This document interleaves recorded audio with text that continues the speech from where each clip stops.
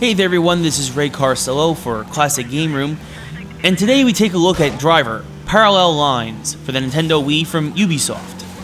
Serving as the fourth game in the Driver series, Parallel Lines takes a huge break from the previous games in many ways. You're no longer following undercover cop Tanner, and the game takes place in only one city, New York.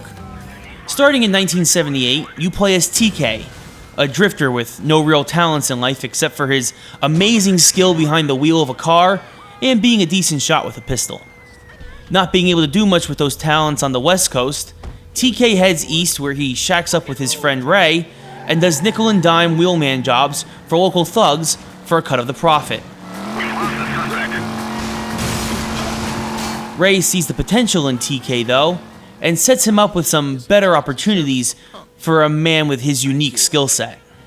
It isn't long though before the shady characters TK surrounds himself with turn on him and set him up to take a long fall for one of their jobs.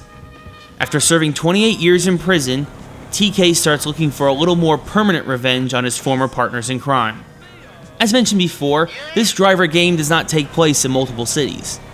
To make up for that though, the game takes a different look at things by having you play as both TK from 1978 and 2006.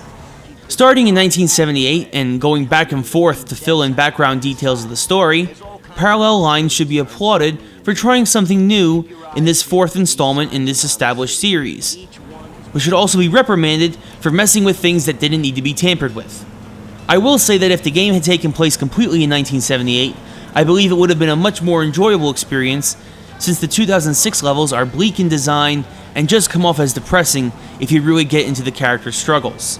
You can actually feel TK's desperation, which is a credit to the storytelling, but I don't need to get depressed while playing my video games.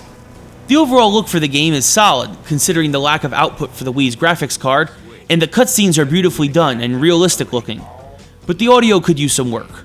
The era-based music was great, especially for the 1978 levels, but the voice acting is shoddy at best, and easily stands out as the weakest part of the game's peripherals.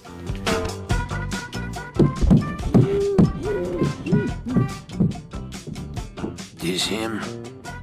We've been chewing on grit, and this here's the righteous pearl. Nah, I don't like The nice part about this game is that, in terms of gameplay, it gets more back to the roots of the Driver series.